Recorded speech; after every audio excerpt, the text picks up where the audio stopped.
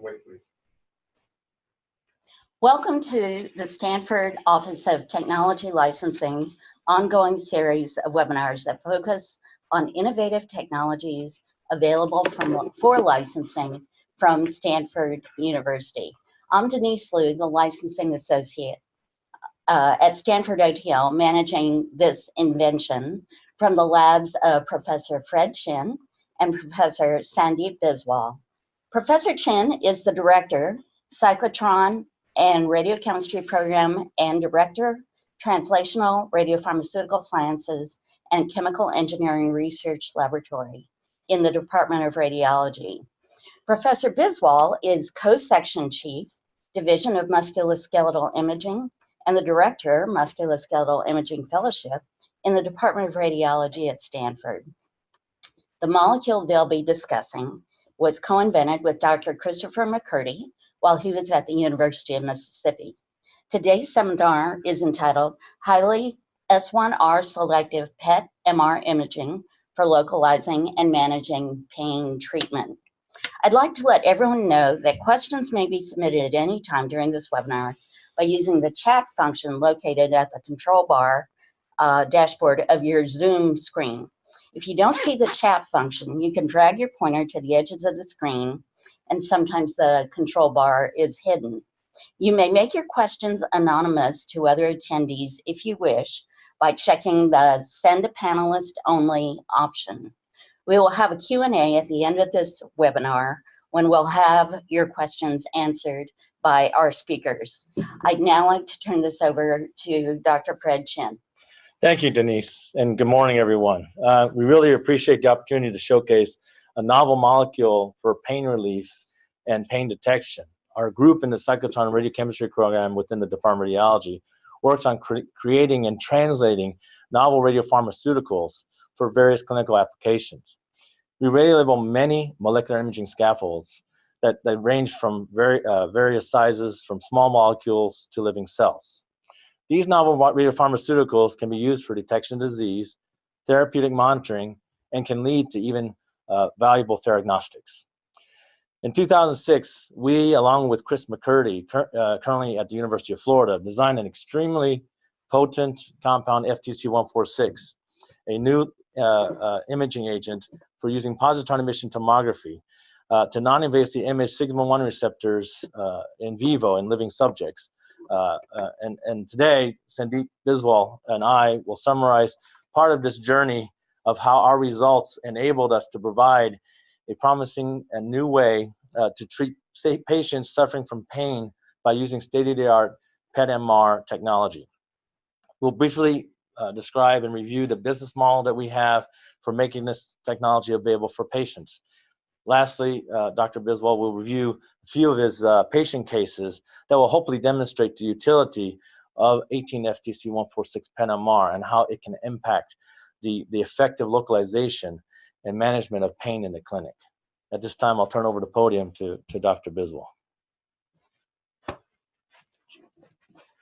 All right. Thank you. I'm really excited to talk to you about a new way to image pain, if you will, and identify peripheral pain generators. Hopefully, you'll be able to appreciate some of the interesting work that we're doing, and we'll be able to see some of the cases that we've actually been able to show where improvement in some patients. Okay. Oh. So today we're going to talk about, the title is Highly Selective Sigma-1 Receptor Selective PETMR Imaging Agents for Localizing and Managing Pain Treatment. In this next slide, I show you a number of celebrities who unfortunately have suffered from chronic pain. This is what's common among all the people that you see visualized. It's public knowledge that they have been suffering from chronic pain. And unfortunately, some of these individuals have succumbed to the untoward, unfortunate effects of suffering from chronic pain, namely that they've been on narcotics for a long time and have succumbed to the unfortunate addictive outcomes of being on chronic opioids or other narcotics. Chronic pain is a very, very big problem. If you take everyone with heart disease, diabetes, and cancer combined, it still would not come close to the number of individuals suffering from chronic pain worldwide. The US alone uses approximately $8 billion in resources annually to deal with patients with chronic pain, either to treat them or from days lost from work. And by comparison, the cancer market is a disease that affects 44 million individuals worldwide, costing about $66 billion. And if you were to put it on a graph, the cancer market compared to pain, it would look something like this. So as you can see, pain is quite a daunting, dominant problem facing our society today. Now, I did a kind of back of the envelope calculation, and as a radiologist, which is what I am professionally, we image people with pain, trying to find their chronic pain generators. And we spend probably $20 to $50 billion a year doing MRIs, ultrasound, CAT scans, X-rays for people suffering from pain. And I would say a fair amount of this is actually not very helpful. Let me give you an example. So there are a number of individuals I see every day suffering from knee pain, and they'll get a knee MRI, and they suffer something. One of the suspicious lesions that they may suffer from is a meniscal tear. If you have a meniscal tear, the surgeon wants to know and will go in and do a surgery to remove that meniscal tear, called a meniscectomy. Interestingly, this study, which was published in the New England Journal of Medicine, surveyed and studied a number of thousands of patients and asked, one of the questions they asked is, if you're 50 and above, what are your chances of having a meniscal tear if you have knee pain? And it turns out to be 63%. Well, what if you're 50 and above and you have no knee pain? What are your chances of having a meniscal tear? Turns out to be about the same, 61%. So, but this is exactly what I report every single day. Every day I'm probably describing 5 to 6 meniscal tears, and unfortunately someone will get this report and act on it, and it may have nothing to do with their pain. In fact, there was another study that was published in the New England Journal of Medicine that showed that the surgery for meniscal tear may in fact not be that helpful. So there are a few hundred patients that were studied in Finland, and one group actually got arthroscopic partial meniscectomy, while the other just had the trocars placed into their knee. And ultimately, the question was asked, which patients had a better outcome? Those that just had the sham procedure, or those that actually had the arthroscopic meniscectomy? And it turns out there was no statistical difference between patients who had the actual meniscectomy and those with the sham surgery at 12 months post-procedure. Again, emphasizing the fact that these anatomic aberrations, like a meniscal tear, may not be what is causing pain in that patient. So as a radiologist, I struggle every day to know whether or not what I'm describing in my report is actually relevant. So this is crazy, right? It tells me that conventional MR imaging is good for telling me about structural abnormalities, but it may not have anything to do with one's pain. So we need a better way to do this. Let me just, if you can bear with me, this little very basic concept of the nociceptive pathway, or the pain-sensing pathway. I'm just going to briefly review it to kind of give you a better context of what we're doing. If you put your hand over a fire, for example, you generate an action potential in that pain-sensing nerve, and it ascends the corticospinal thalamic tract into your brain. Your brain perceives it as pain, and then your brain acts to modulate that experience. It turns out with people who suffer from chronic pain, however, have significant biochemical, molecular, and physiologic, as well as cellular changes that occur at a variety of points along this pain pathway.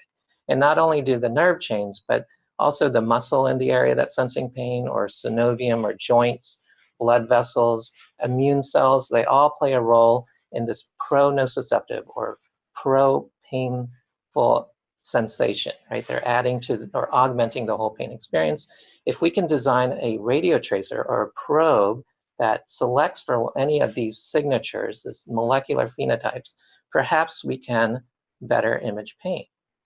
So we have identified a pain-specific tracer, and the ideal image would be you inject this tracer, it goes and seeks out the tissues that are involved in sending that powerful pain signal, as shown in this cartoon. We scan the patient with PETMR or PET-CT, and ultimately we would scan the whole body to look for where that source of pain is. And let's say if this patient had left leg pain, it would show up as a hot spot in your left leg, let's say in this, for example, for the knee. And this would lead to an image-informed, objective, quantitative way of identifying someone's pain generator, and you could treat that successfully and get a positive outcome. Now, the target that we have identified is the sigma-1 receptor, and I'm going to turn over the podium to Dr. Chin to talk to you about this novel target. Great. So how do we plan to address this need? Well, the sigma-1 receptor is one of two sigma receptors that have been categorized. And the sigma-1 receptors is, in this case, the sigma-1 is a 25 kilodalton transmembrane protein residing mainly on the endoplasmic reticulum. It's found primarily in the brain, liver, kidneys, and spleen. It's highly conserved, and it interacts with a variety of protein targets to modify their function.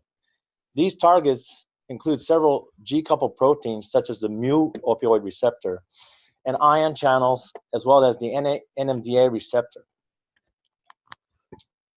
So sigma-1 receptors are known and believed to modulate pathological pain through these pathways indicated here. Some groups have reported that sigma-1 antagonists modify the chaperone activity of the sigma-1 receptor by increasing opioid signaling and decreasing NMDA receptor responses. This consequently enables and enhances anti-nociception by opioids and decreases the sensory hypersensitivity commonly associated in pathological pain. The enhanced anti-nociception by the sigma-1 antagonism, however, does not include or is accompanied by any increase of the opioid side effects that's usually seen, including tolerance, dependence, and constipation. So the use of sigma-1 antagonists may in fact increase the therapeutic index of opioid treatment, and alone could be as well another way of treating pain. So as we move forward and looking at these with respect to overwhelming preclinical evidence of role of the sigma-1 receptors in pain, including our lab, this has led to increasing efforts to targeting sigma-1 receptors for pain treatment. In this case, here you can see the structure of FTC-146, our diagnostic compound. It's based on a benzothiazole compound developed out of the Chris McCurdy lab. This compound was known as SN56. It led us to be able to design the synthesis, radioformation, and ultimately evaluate this new sigma-1 ligand that was developed in our lab. The patents, along with the parent patent that was started by Chris McCurdy, was actually issued in 2014, and then ultimately resulted in a continuing in practice patent that's listed here that focuses on pain. As we look at more of the description of this compound, I'll briefly go through this. It is a small molecule. It has intrinsic properties of antagonism. The F19 analog is a potential analgesic compound. The patient population that's intended for this particular application primarily currently is pain, Alzheimer's disease, OCD, Fragile X syndrome, drug addiction, amongst a whole host of other different indications that could be used. Now, as you look at the target receptor specificity, this is extremely potent compound in the picomolar range in rat brain homogenates. The assays were performed and screened across 59 known targets, and the next closest thing had a 10,000-fold selectivity compared to sigma-1 receptors. The animal models we've tried with this, and I'll show you here briefly, is one of the models is a spare nerve injury model in rat. We've also looked at this in forelimb pain in horse models, and also Fragile X syndrome. There's no significant toxicity that was observed at 250 times the dose that's given with the imaging study of FTC-146. We have pursued regulatory paths, and this rate, the exploratory IND was approved in 2015 that you see here, and ultimately was recently converted to a full IND this year. So some of the financial considerations that you consider is this possibly available for the end user? Yes, it is. The current tracer cost is around $2,000 initially. We hope to improve that over time. The projected pricing, including this imaging scan, is around $6,000 per dose per study. And currently, we actually do not have any partners that are helping us with this endeavor. Translation of this tracer from bench to bedside started from basically cells to humans, as you can see here, and I won't belabor you can see the details in the references provided below. But ultimately, you can see the synthesis from the precursor, the nucleophilic fluorination that provided this compound. So with this compound, ultimately with this in humans, we've now taken this through 10 healthy volunteers, 10 cytopenia, and this is and moving towards also looking at complex regional pain and amongst others. As far as the example here that I just wanted to focus a little attention on is the neuropathic pain model that shows us being able to create the model by severing two of the nerves of the sciatic in the lower leg of the animal. And then you can see in the top panels where you have the PET and MR imaging showing on the left is with the arrow showing, in panel B, where you can see the arrows pointing at the nerve injury, at the location of the nerve injury, and in S&I model, you can see uptake of the tracer where the nerve injury is located, compared to the pre-blocked with haloperidol and the sham and control models that's showing no uptake of the tracer. And ultimately, the harvested nerves on both the contralateral and affected sides were harvested, and you can see with the arrow pointing in panel C that there's a neuroma that's clearly indicating uptake of the tracer that's quite significant compared to the other models that was also shown in the same panel. So I'll finish my part here by basically showing this last slide of the kind of our business model, showing the product lines. We have a patented radio tracer. The actual cost per dose is around $2,000 initially. The commercial charge per cassette, which will help lower the costs over time with the patient dose, is around $500 to manufacture. Potential revenue stream up by year 5 is around $2 to $3 billion. The application is not only potentially just for human applications, but we believe may have some useful applications for companion animals and other veterinarian applications, including horses, more specifically in the horse racing regimen. So last part is basically this. We have a unique opportunity here as well. With this radio tracer, we actually have the companion diagnostic for the therapeutic of the F19 analog, and we believe the estimated cost per dose would be in the range of pennies for the dose, and the commercial charge per dose would be within the dollars range. Potential revenue stream, with given our estimates by year 5, is also around $2 to $3 billion, if not more. So as we move on here, the next stage we'll basically look at examples that Dr. Biswell will hopefully convince us and show the effectiveness of our tracer. Thank you, Fred. Let's move right into some examples. So here's a 22-year-old soccer player with severe bilateral foreleg pain. He also had thigh pain and hip pain, which is a little bit less intense, but the foreleg pain was actually quite gripping. Unfortunately, this was a very high-quality soccer player trying out for some of the European leagues. No longer plays soccer because of the pain and had significant difficulty even ambulating at this point. The patient had had bilateral fasciotomies to relieve some of the pain, but they have been unsuccessful thus far. Patient presented to us for this, what we call FTC-146 radioligand for the sigma-1 receptor, PETMR, and this is just a whole body PET image, and you can see in his lower legs intense amount of uptake of the sigma-1 radio tracer. And for comparison, I show you here an asymptomatic volunteer side by side, just to show you what a normal patient looks like with this scan. And as you can see, the legs of our patient have taken up this tracer quite avidly, again informing us where some of the pain is coming from. This is a zoomed up image in a different color scale of the same patient, again showing intense uptake in the lower legs, just at the level of the knee and below, extending all the way down to the ankle and even maybe even the foot on the left side. These are axial images through that foreleg, and as you can see, in what we call the anterior compartment of the forelegs, there is intense uptake of the radiotracer on the top panel of images, which is the PET images.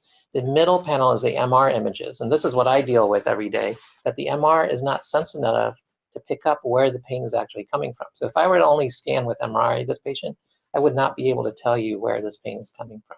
But when we fuse the images, we get a nice localized image with the MR and then a more kind of functionally or molecularly informed image with the PET, showing exactly where the pain generators are. And here, this is just a cartoon showing this informed us to go in and inject Botox into this patient, into that compartment that had the radiotracer avidly taken up. And before the injection, he said, my pain is constant. I can't run and I have difficulty walking and sitting for long periods of time. My pain ranges from 8 out of 10 to 10 out of 10 pain. We subsequently injected Botox and PRP into certain locations in the hopes that this may entice some healing or decrease the inflammation in that area, the painful inflammation. He subsequently wrote back, my rehab is going really well at the moment. I'm handling everything they throw at me. I'm still having some pain, but it's not like it was, as I can push through it and at rest, and it isn't at constant at rest anymore. I'm hoping to get out and kick a ball around. He's really hopeful that things will continue to stay like that in this path. This is a different patient, 54-year-old female with left knee pain since 2001. She actually had 2 unhelpful surgeries, a retinacular release and an ablation of the common perineal nerve, neither of which were helpful. She's had repeated MRIs that were read as normal. Her pain is 8 out of 10 to 10 out of 10 stabbing pain in the knee itself. I cannot sit or stand without severe pain. I cannot walk on grass. I cannot walk downhill or downstairs. So she unfortunately suffered from excruciating pain on a daily basis. This is her MRI, and as a radiologist, I would have read this as normal, but as you'll see, the PET kind of informed us that something was wrong.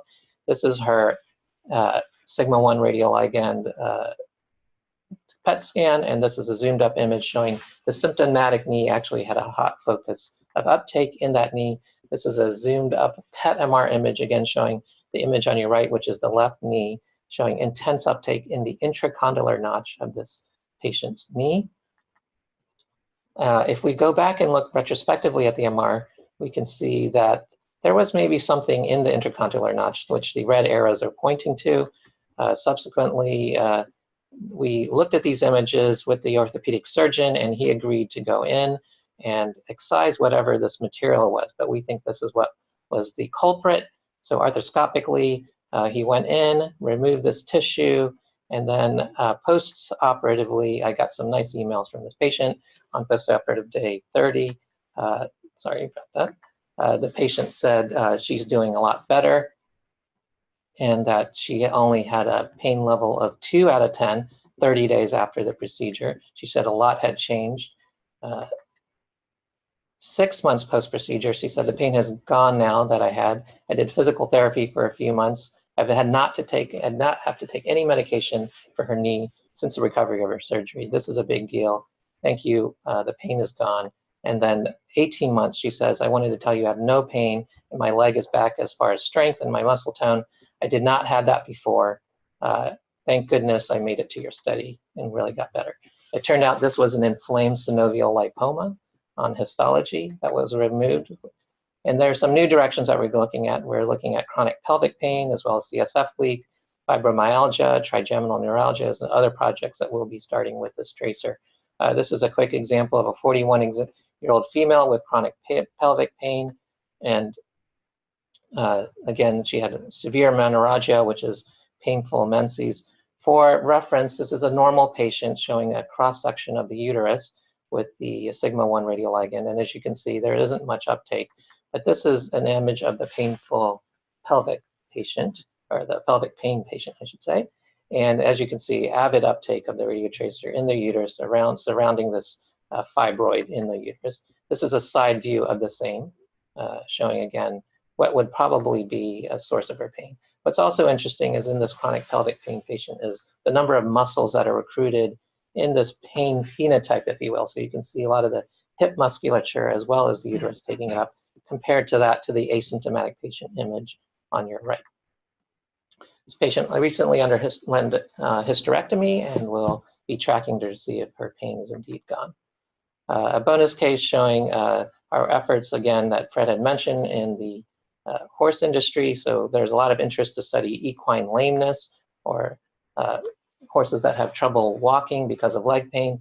This work has been pioneered by Matthew Spreet at UC Davis, as well as Joe DiMartini here at Stanford. There you see an image of a horse being anesthetized in their leg in a PET scanner. This tracer was recently used in a horse that was suffering from equine lameness. And this is a CT scan of the horse at about this level at the leg. And the CT scan didn't really show us anything. The patient, which is a horse, had an FDG PET scan, which showed us an inconclusive image. We weren't really able to decide anything based on that. And then had this FTC 146 image, which showed you a hot spot right here at this level in the leg that was subsequently treated with an anesthetic, and the patient was clinically evaluated for its ability to walk. And so it went from being lame to actually normal following the anesthetic injection at this site. So in summary, the sigma-1 radioligand, a sigma-1 receptor radioligand in PETMR will be a powerful multiparametric sensitive tool in the diagnosis of pain generators and inflammation. As you can see, PET sensitivity can highlight pathology that's not normally seen by MRI. And there is the simultaneous MR imaging and PET imaging kind of add to our specificity. And I think it's also important that we are doing a whole body assay. So looking from the top of your head to your bottom of your feet, even if it's localized to your knee, to see if there's any other sources of your pain. And then this way we'll be able to accurately identify pain generators and help those patients suffering from chronic pain. Thank you for your attention. And now we'd like to get to our question and answer session. So one of the questions that we'd like to ask is, what do you think the best commercialization path will be for this molecule? So there are a variety of companies out there that are already set up to license to manufacture radiopharmaceuticals. They have the infrastructure already there to also follow GMP standards, and also have the infrastructure to do shipping as needed to the areas. For fluorine-18, for example, folks can deliver from up here down to Bakersfield, or from LA up to near Gilroy here, if you know the California map. The 2-hour half-life allows the radiotracer to be manufactured and also be shipped quite easily. And in what countries do you have patent rights? I think our office would be the best to answer that. We have patent rights in the US, Europe, Japan, Australia, and Canada. For anybody interested in the business opportunities for this molecule, please contact me, Denise Liu, at denise.liu@stanford.edu. And if we have no other questions, we'd like to thank our speakers, Professors Fred Chen and Sandeep Biswal, for a fascinating talk. If you have any technical questions you'd like to ask of the speakers, we'd be happy to forward questions to them. This webinar will be available to registered attendees, who will be sent a link in the next few days. Thank you for your attendance, and this concludes our webinar. Thank you. thank you.